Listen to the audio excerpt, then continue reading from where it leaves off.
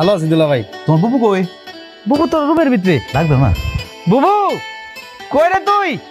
দেখ কাজা দুলা ভাই এসে বিদেশ থেকে। আরে কই রে, তাড়াতাড়ি আয় না। আইতাছে। কি আম্মা আপা কি রে? আল্লাহ বাসা রাখো। এ কই কি আমার খিদা লাগছে, একটু খাওয়ানোর ব্যবস্থা করবা? তুমি ঘরে আসো, আমি ভাত বাইরে খাওয়াইতেছি। আসো আসো। জামাই কতক্ষণ আর এনে খাড়াই থাকবা? এত অস্থির হইছো কেন? ঘরে চলো, শরবত খাও, ঠান্ডা হও, তারপরে কথা হইব। এত অস্থির হওয়ার কিছু নাই, চলো ঘরে চলো। মর্জিনা, এলাকার অবস্থা তো বেশি একটা সুবিধার না।